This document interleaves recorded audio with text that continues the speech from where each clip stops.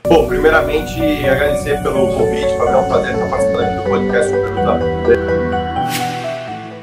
Dagestan telah menghasilkan beberapa seniman bela diri campuran terbaik di dunia saat ini, dan salah satunya adalah Murad Ramazanov, yang percaya bahwa garis generasinya menempatkan dia di atas petarung-petarung lain. Dari apa yang telah didapatnya ini, petarung yang berkompetisi melalui One Championship itu pun menjelaskan bagaimana peran Khabib dan Islam dari karirnya sebagai petarung divisi kelas welter yang tak terkalahkan di One Championship. Kemudian petarung yang terakhir dikalahkan Islam Makhachev, Charles Oliveira, mengaku tidak tertarik untuk rematch-nya dengan Islam Makhachev, yang mana ini sangat berbeda dengan petarung lainnya yang tidak akan pernah membuang kesempatan untuk melakukan pertandingan ulang. Dan kemudian Jorge Masvidal yang juga tidak berminat, tapi bukan untuk rematch, namun dia tidak punya selera ketika Chandler menantangnya. Berjumpa kembali di Octagon 75 dan inilah informasi selengkapnya.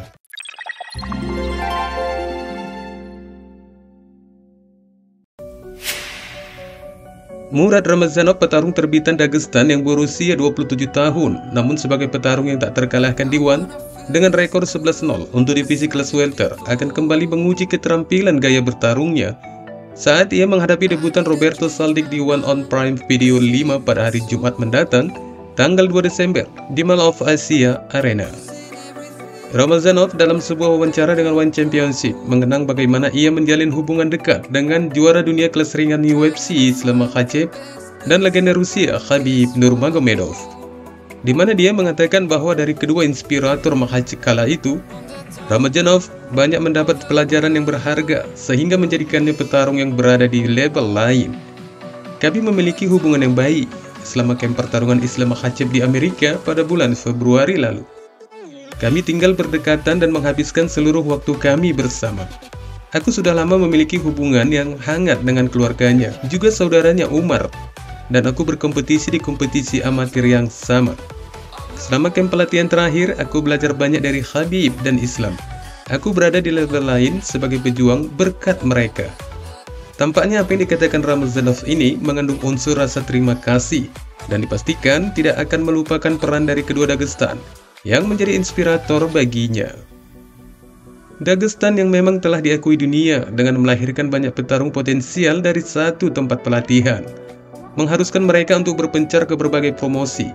Karena itu sama sekali tidak dimungkinkan jika kesemuanya berada dalam satu promosi, yang mana itu akan menjadikan pertarungan yang tidak sreg untuk ditonton, dan promosi juga dipastikan tidak akan menginginkan itu.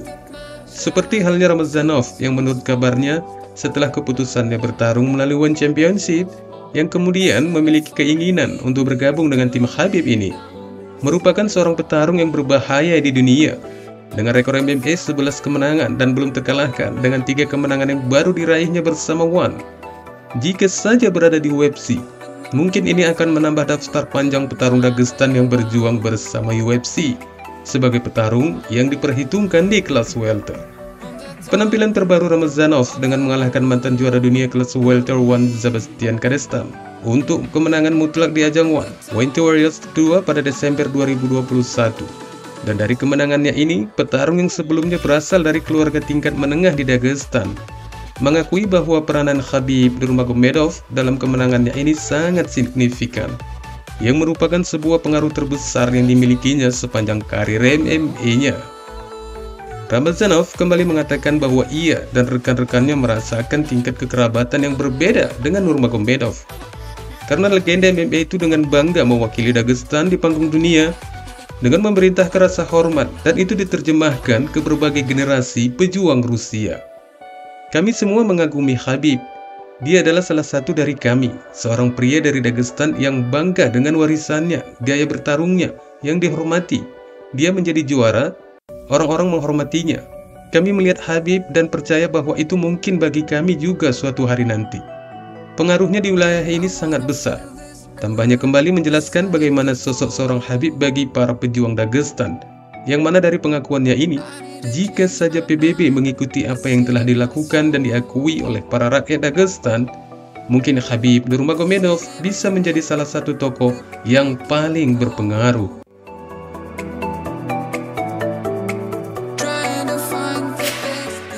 Berikutnya adalah seorang mantan juara divisi ringan UFC yang beberapa bulan lalu namanya santer terdengar sebelum pertarungannya dengan juara saat ini Islam Makhachev, Charles Oliveira.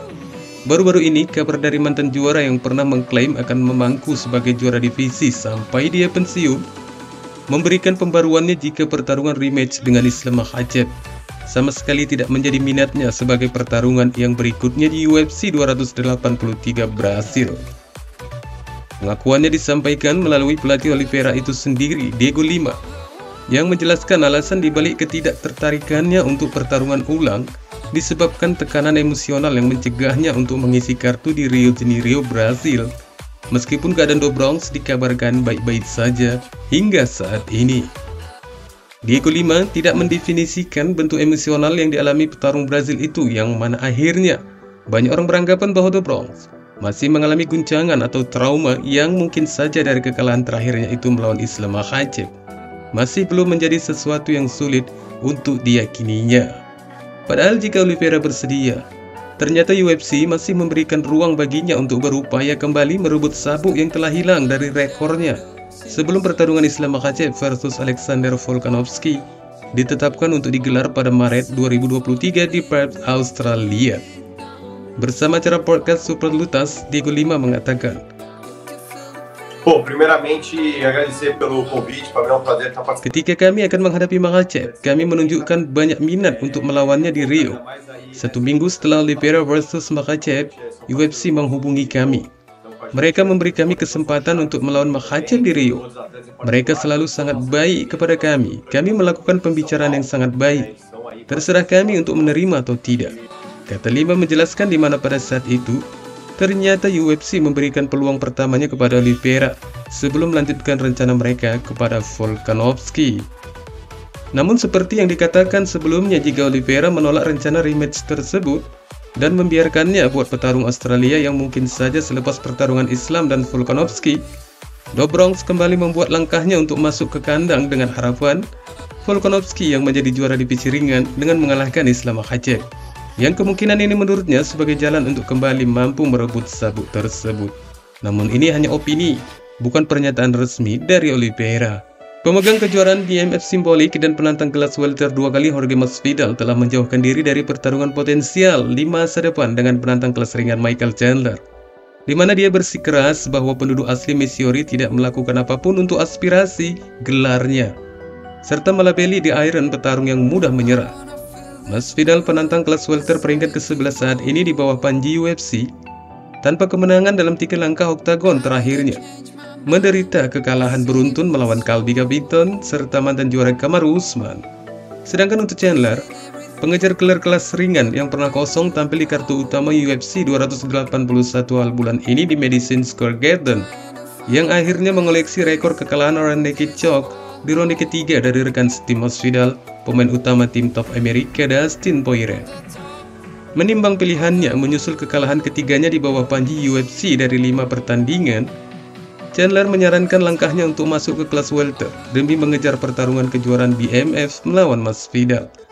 Akan tetapi menurut Masvidal, The Jamrat menyebut Chandler sebagai orang yang mudah menyerah dan mempertanyakan bagaimana dia akan mendorongnya untuk menembak kejuaraan kelas welter jika dia nanti mengalahkannya.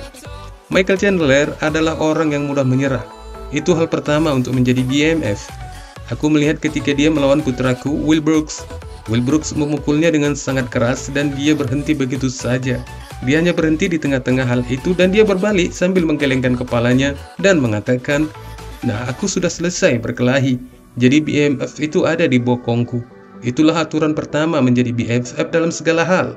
Anda tidak bisa menyerah, Anda mungkin kalah di sana-sini, tetapi Anda tidak bisa menyerah pada diri sendiri, kata Masvidal menguraikan alasannya menolak bertarung dengan Chandler. Wassalamualaikum warahmatullahi wabarakatuh.